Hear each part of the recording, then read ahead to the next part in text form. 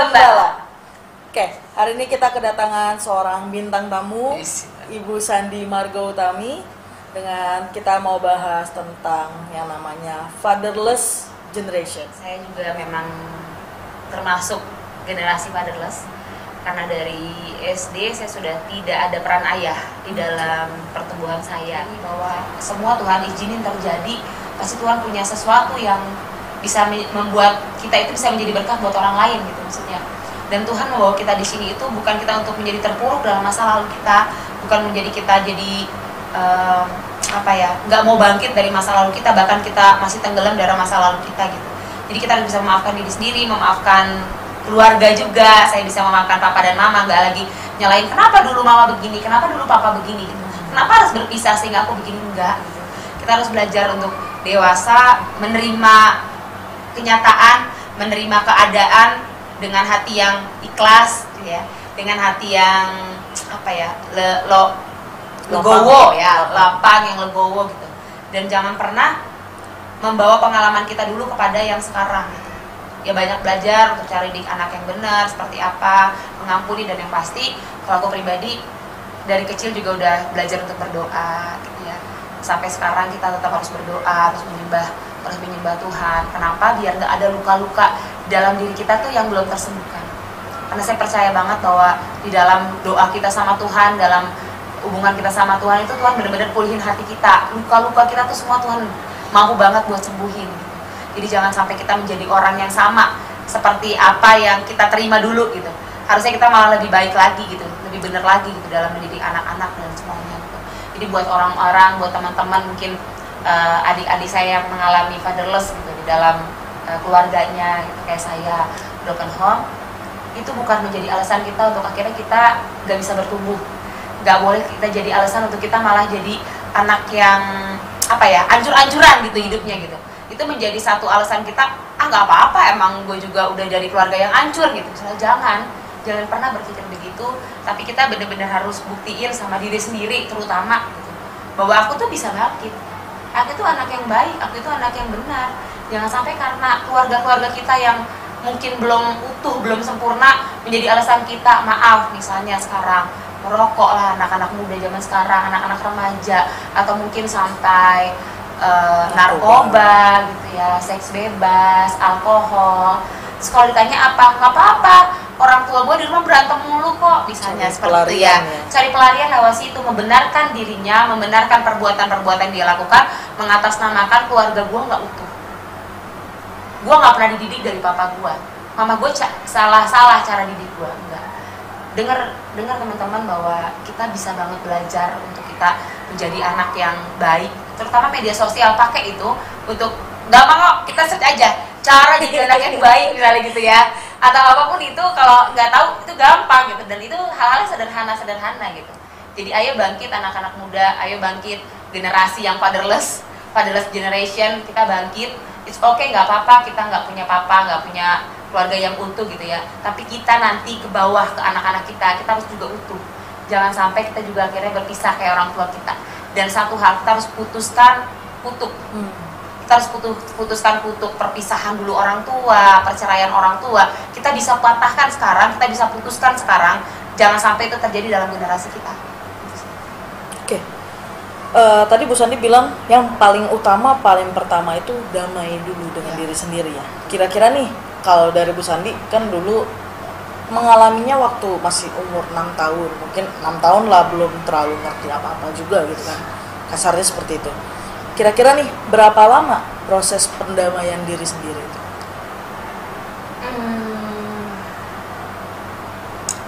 Mungkin cukup lama juga sih. Cukup lama ya. Baru bisa benar-benar terima kondisi, baru bisa benar-benar terima semuanya. Mungkin awal kerja kayaknya, kurang lebih tahun 2000 sekitar usia 15-16 2006 atau 2007 lah, aku lupa ya, mulai kerja. Kayaknya di situ yang mulai bisa nemuin kasihnya Tuhan yang benar-benar gitu dalam diri, sehingga udah pokoknya jangan inget-inget itu lagi lah gitu ya. Walaupun aku kalau lagi inget dipukulin gimana itu nangis, itu air mata nggak bisa bohong gitu ya, itu bener-bener nangis karena waktu itu terluka kan kita ya. Iya, betul. Keadaan terluka gitu ya maksudnya. Makanya itu yang membuat aku sama suami itu benar-benar jaga tangan kita untuk tidak sampai seperti itu juga ke anak-anak gitu. Iya, benar-benar.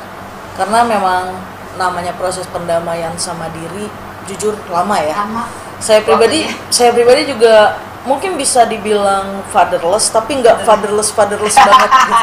Gitu ya? Karena masih ada peran papa, pastinya masih. Minim gitu ya. Iya, tapi nggak terlalu banyak, minim. Karena kalau saya lebih ke sibuk kerja. Jadi dari pagi sampai sore sibuk kerja gitu. Tapi karena kalau seingatnya saya gitu, waktu masa-masa kecil saya ya papa justru lebih banyak ngebelain anak-anaknya. Kalau saya mungkin sedikit kebalik gitu. Mama yang keras, gitu tapi ya? kalau papa ngebela. Jadi kalau kita lagi dimarahin, papa ngebela.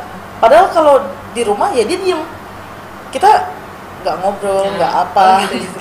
Kurang komunikasi juga ya? Kurang komunikasi. Jadi mungkin ya itu bisa dibilang fatherless, tapi nggak fatherless banget. Ada perannya sedikit.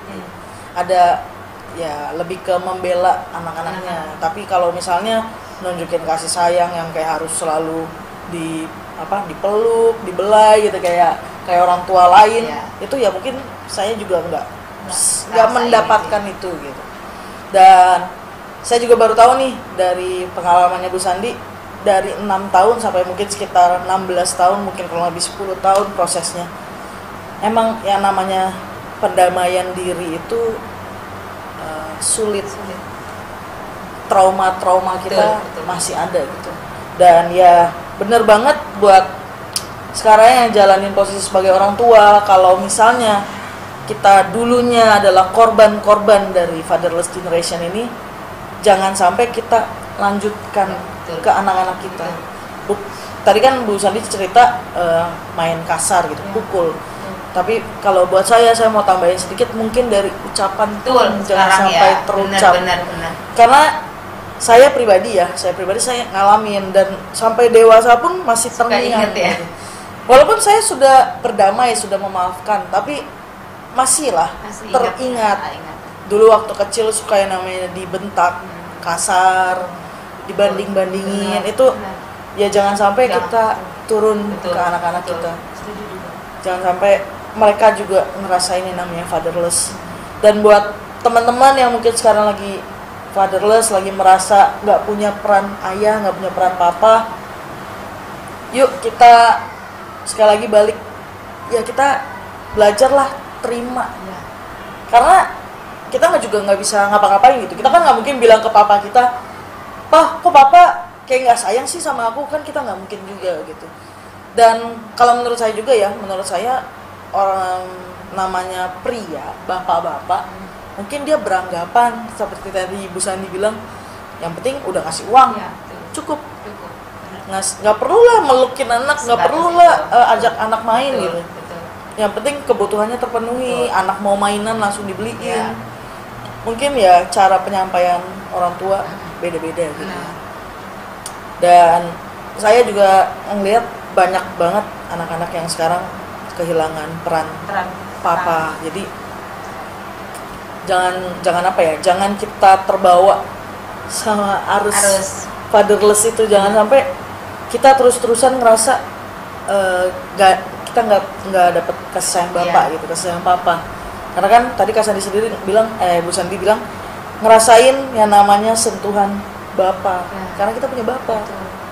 Mungkin kalaupun bapak di dunia rasa-rasanya kita nggak dapet, rasa-rasanya kita kekurangan kasih sayang, kita punya bapak di surga yang bisa selalu ada buat kita, peluk kita, ngasih kita kasih, ngasih kita kedamaian gitu ya. Mungkin buat closing statement nih kira-kira dari Bu Sandi, mau menyampaikan apa buat yang sedang mengalami fatherless, dan buat yang sudah melewati masa fatherless dan lagi dalam masa parenting. Closing statement buat dua pribadi. Pertama, kalau kita yang masih mengalami situasi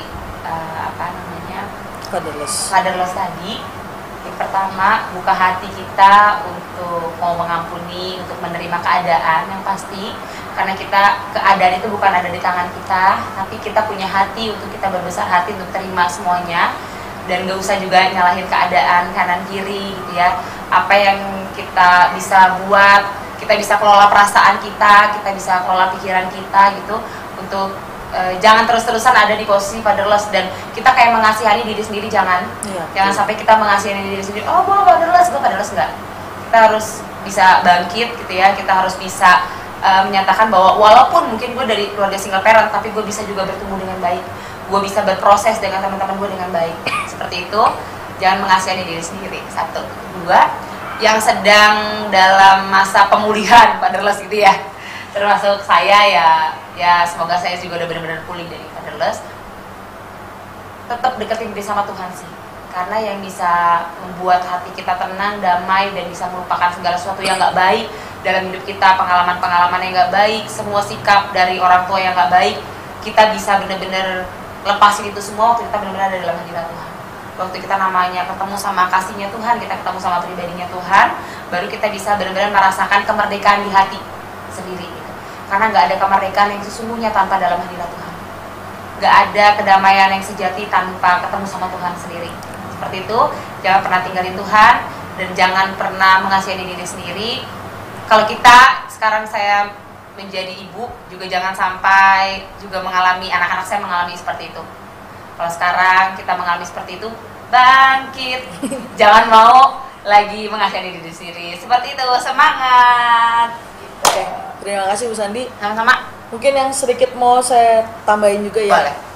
Jangan, yang tadi kita bilang ya, sama-sama ya, jangan cari pelarian kemana-mana gitu. Karena banyak, saya baru keingetan nih, banyak yang ngerasa kekurangan kasih sayang papa, akhirnya dia mencari sosok papa dari pasangannya. Itu juga saya baru keinget tadi. Bener. Banyak yang ngerasa ya udah, akhirnya dia nyari-nyari yang namanya sugar daddy gitu kan, papa-papaan atau mungkin dia cari pasangan hidup ya yang sedikit kebapaan gitu, biar dia bisa memuaskan apa yang dia nggak pernah dapat gitu. Jangan kita coba cari-cari yang seperti itu ya. Tadi yang Bu Sandi sampaikan, yuk kita carinya ke hadirat Allah. Kita cari Bapa di surga, karena cuma Bapa di surga satu-satunya yang bisa memuaskan seluruh hasrat kita. Oke, mungkin itu aja. Terima kasih banyak Bu Sandi atas waktunya. Terima kasih buat Bapak Ibu Saudara semua yang sudah mau menonton untuk episode Dugem kali ini. Saya Sinta, host, dan saya Sandi, narasumber hari ini. Kami mengucapkan salam Dugem, dunia gembira.